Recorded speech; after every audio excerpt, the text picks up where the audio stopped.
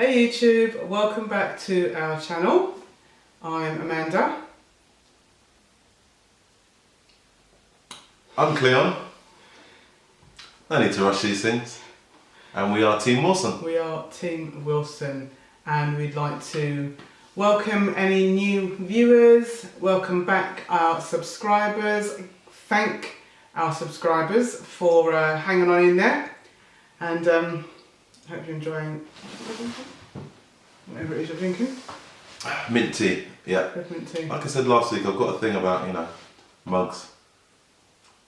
And having them on, when they have them on chat shows, quiz shows and all those kind of things. So yeah, I'm going to have a different mug every week, or try and plan to anyway.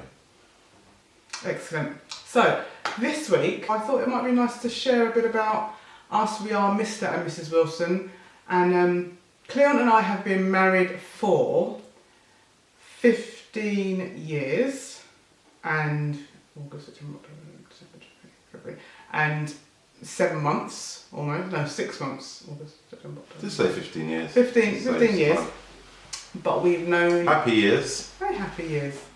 And we have known each other we've been together for over 20 years.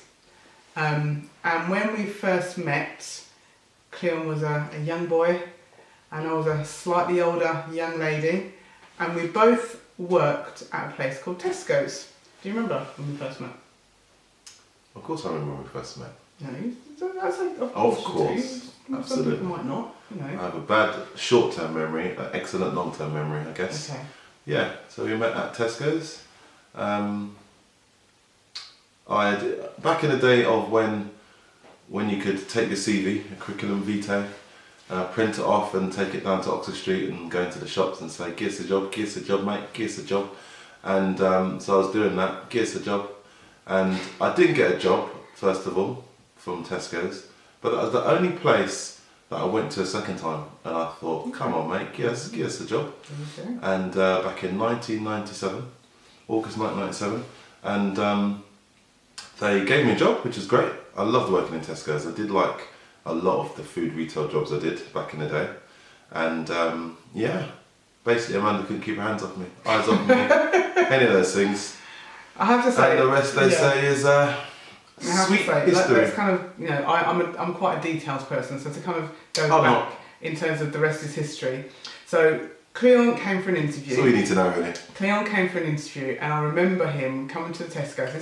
There we go. Tesco, Oxford Street, and I was a training manager at the time, so I was responsible for the inductions. Training our eyes on me. I was responsible for the inductions. Your eyes on me. Okay. It's not a problem. It's not a problem, but okay. I do details too. Right. No, you don't. Carry on. So I was responsible for training and inductions, and I remember the day that Cleon came for an interview, and he was sitting in the staff canteen, and he was sitting in his really big puffer jacket, and I kind of looked round. I think I sort of poked my head round the corner and saw him. It was August. Was I really in a puffer jacket? Yeah, you were. Man's Not Hot.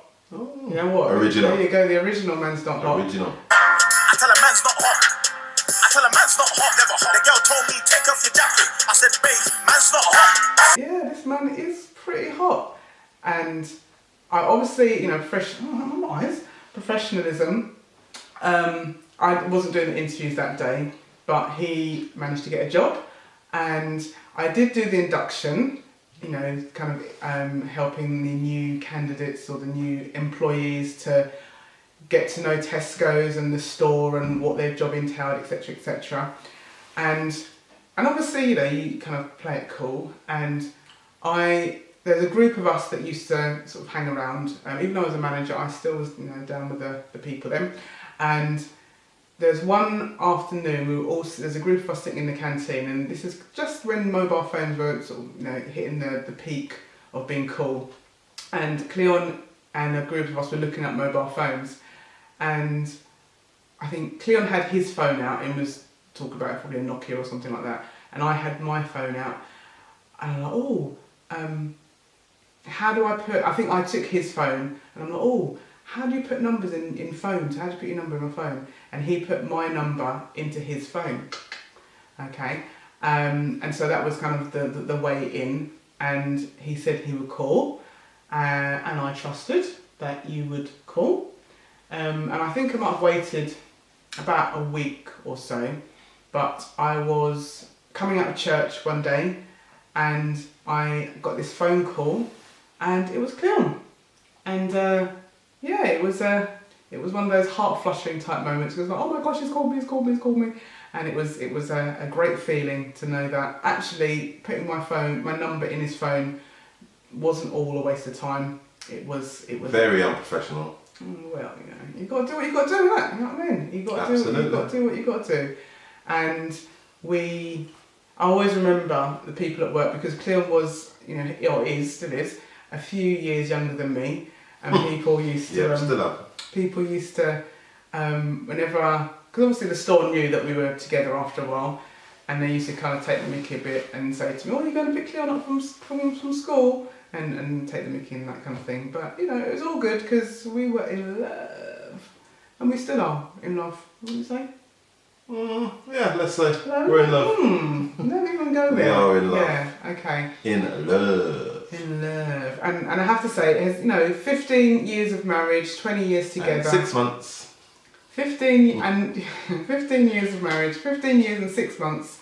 Leave me alone. 15 years and 6 months, and it's been a roller coaster. The up and the down and the turning upside down and all that kind of thing. But that's what it's. Pick your roller coaster. Pick your roller coaster. I don't really go on roller coasters. Yeah, I think it depends. So, I'm the one standing there holding the bags most of the time. But merry-go-round. What's bumper cars? No, not bumper cars. Not bumper cars. No, not bumper cars. What else? Yeah. Maybe the water ride. The water ride. The splashes. Like all the people in the boat. But we've got lots of people in our boat. Okay. Yeah. Stop trying to find analogies. For those people, because obviously, marriage is. I don't know whether marriage is as held as sacred as it once was. I mean, we've got a good group of friends who've been married for just as long, sort of 15, 20 odd years, and they're still in their early 40s. And it's I'm 30 something. Okay. But I know you mean, yeah. But you're the youngest out of all of us, really. Yeah, I think. 30 something. Yeah.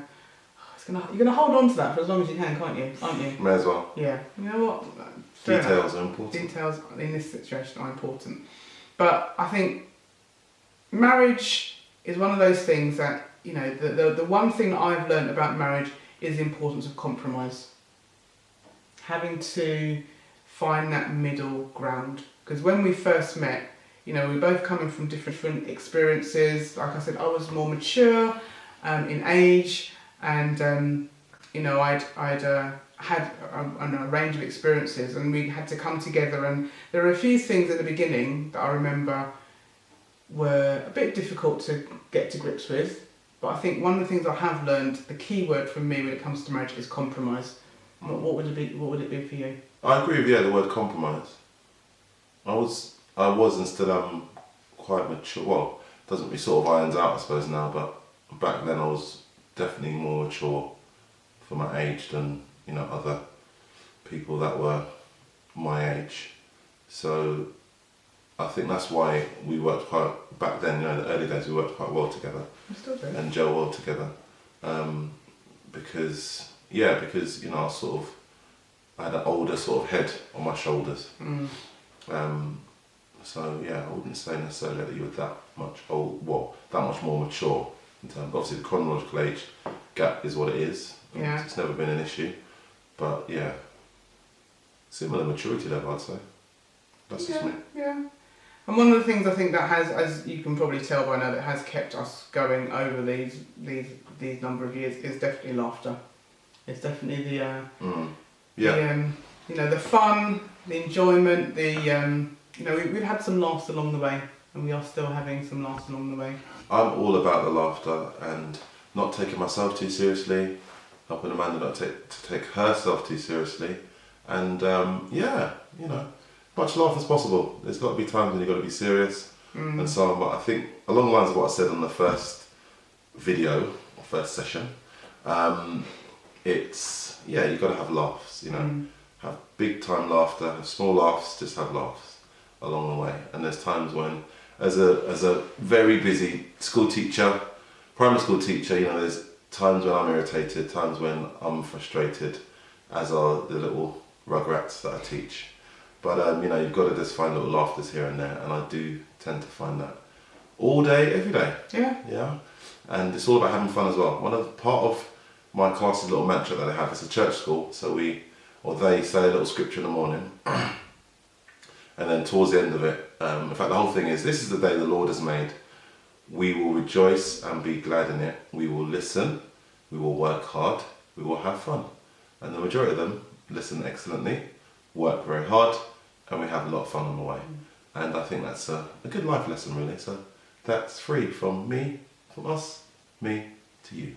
No charge. But I think one of the other things that we kind of noticed, or we always knew, and you probably might get from these videos as you watch these videos, is a difference in personalities. And they say opposites attract.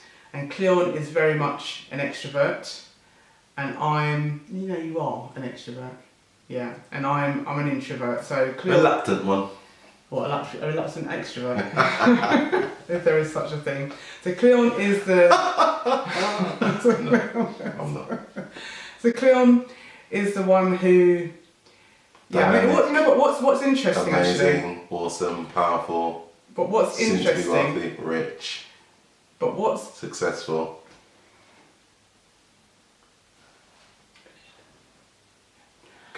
But what's interesting is that a few people that have watched these videos have said, I never knew Cleon was like that. I didn't know that he could talk so much. And I'm like, 2 of them. Seriously, They didn't know Cleon could talk that much.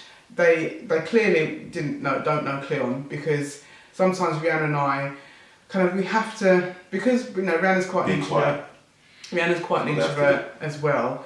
And so when Cleon gets into his mode, we both just have to just shut down and go into our... And just enjoy the entertainment. But from a marriage point of view, it works quite well. Cleon, does the jokes, however good or bad they may be. And, I tap in and join in every now and again. And add the spice to the pizzazz. You ride on the crest of my joke wave.